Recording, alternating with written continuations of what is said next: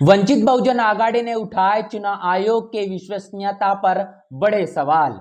महिला के voter ID में दिखी नीतीश कुमार की तस्वीर। जी हाँ दोस्तों, आपने बिल्कुल सही सुना। मैं हूं पराग महेंद्र, आप देखना शुरू कर चुके हैं नेशनल चौपाल। इस वक्त सोशल मीडिया पर जो मामला तुल पकड़ा हुआ है, इसके साथ साथ मेन स्ट्रीम की मीडिया पर जिस मसले को लेकर प्रतिक्रियाओं का सिलसिला जारी है। बिहार में होने वाले विधानसभा चुनाव के पहले बता दें कि चुनाव आयोग के जरिए एक नई गाइडलाइन जारी की गई है कि पंचायत के जो चुनाव होने वाले हैं, इन तमाम चुनावों में अब जो मतदाता है वो मोबाइल ऐप के जरिए अपना वोट दे सकते हैं। इसके साथ साथ तमाम दस्तावेजों को भी दर्ज करने की बात की गई है, जिसमें आधार कार्ड हो या फिर राशन कार्ड, ये बिल्कुल भी नहीं चलेगा। आपको अपना जन्म प्रमाण पत्र ये कहने के दाखिल कराना होगा, तब जाके ही मतदाता के तौर पर आपका नाम दर्ज हो पाएगा। इसी आधार पर जिस तरीके से चुनाव आयोग के जरिए पूरा का पूरा मामला साझा किया जा रहा है, लेकिन इस वक्त सोशल मीडिया पर एक तस्वीर जमकर वायरल है, जहां पर महिला के वोटर आईडी में प्रधानमंत्री जहां पर महिला के वोटर आईडी में मुख्यमंत्री नीतीश कुमार इनकी तस्वीर देखने को मिली।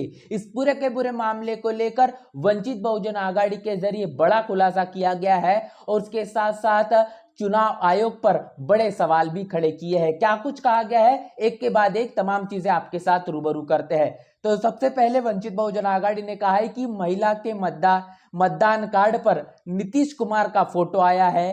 क्या यही होती है पारदर्शिता की चुनाव प्रक्रिया? यहां तक कहा गया है कि आखिर चुनाव प्रक्रिया इतनी संदिग्ध समय के चलते क्यों होती जा रही है। चुनाव आयोग की हर बार की लापरवाही ये देखने को मिलती है कि संदिग्धता और लोकतंत्र को लगातार ये खतरे में डालने का काम करती है।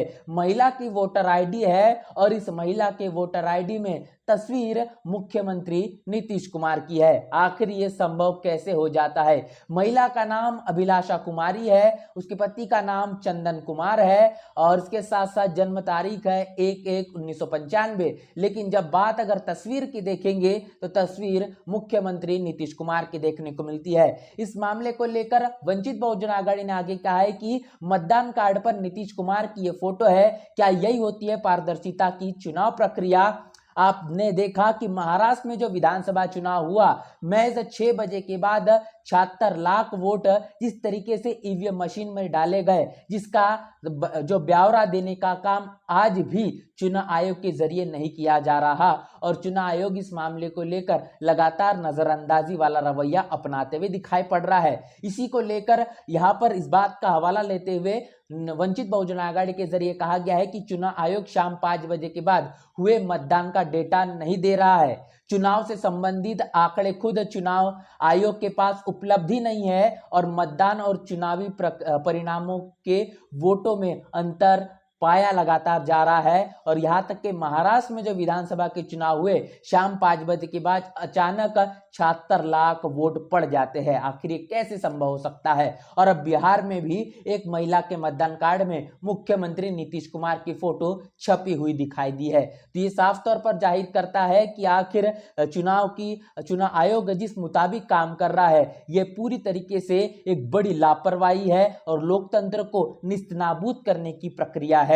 जिस तरीके से चुनाव आयोग पर लगातार लोगों का विश्वास उठता हुआ नजर आ रहा है, ये सिलसिला इसी मुताबिक जारी रहा तो चुनाव की प्रक्रिया में लोगों का मन इस मुताबिक बैठ जाएगा, जो कि अब चुनाव में लड़ने, उतरने, मतदान करने तमाम तरीके की प्रक्रिया कमजोर नजर आएगी और तानाशाही वाला रवैया इसको कहने के बल मिलेगा। और ये बात साबित होगी कि लोकतंत्र इतना मजबूत और इतना ताकतवर होने के बावजूद भी शिथिल होता हुआ नजर आएगा, जिसके कारण देश के अंदर लोगों के माध्यम से, लोगों द्वारा जो राज प्रस्थापित किया जाता है, जो चलाया जाता है, वो चीजें देखने को नहीं मिलेगी। और इतने बड़े ताकतवर जो संविधान भारत के अंदर मौजूद है, वो होने के बावजूद भी कहीं ना कहीं जिस मुताबिक उसका असर देश पर होना चाहिए, वो बिल्कुल भी नहीं दिखाई देगा। क्योंकि तमाम सरकारी संस्थानों को मशीनरी तौर पर सत्ता में लाने के लिए तमाम राजनीतिक पार्टियों के जरिए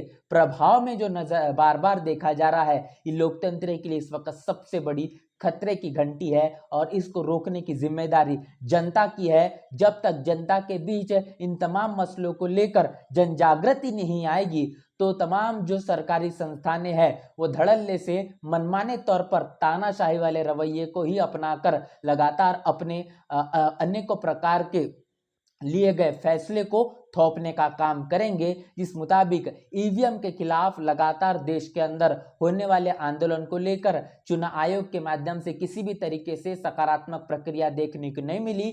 पूरे दुनिया में तमाम विकसित जो देश है वो बार बार ईवीएम को लेकर सवाल निशान खड़े करते हुए अपने देशों में उन्होंने ईवीएम को बैन कर दिया, लेकिन भारत के तमाम चुनाव आयोग के जरिए बार बार ये बात साबित करने में लगे हुए हैं कि ईवीएम को हैक नहीं किया जा सकता। कल्पना करिए जब ईवीएम को हैक करने की तमाम वारदातें आमतौर पर दिखाई देती है, अगर मोबाइल ऐप से मतदाता अगर वोट करेंगे तो आखिर उनके वोटों में कितनी बड़ी हेराफेरी होगी इसका अनुमान आप नहीं लगा पाएंगे। और इसीलिए ऐसे मामले को लेकर अब तमाम मतदाताओं को जनजागृत होकर इसके खिलाफ अपनी आवाज बुलंद करना यही कहीं ना कहीं समय की मांग है। इस मसले को लेकर आपकी क्या राय है, आपकी क्या प्रतिक्रिया है, पूरी की पूरी प्रतिक्रिया लिखकर कमेंट बॉक्स में जरूर बताएं। बने नेशनल चौपाल के साथ मिलते हैं वीडियो में, तब तक के लिए जय भीम जय भारत।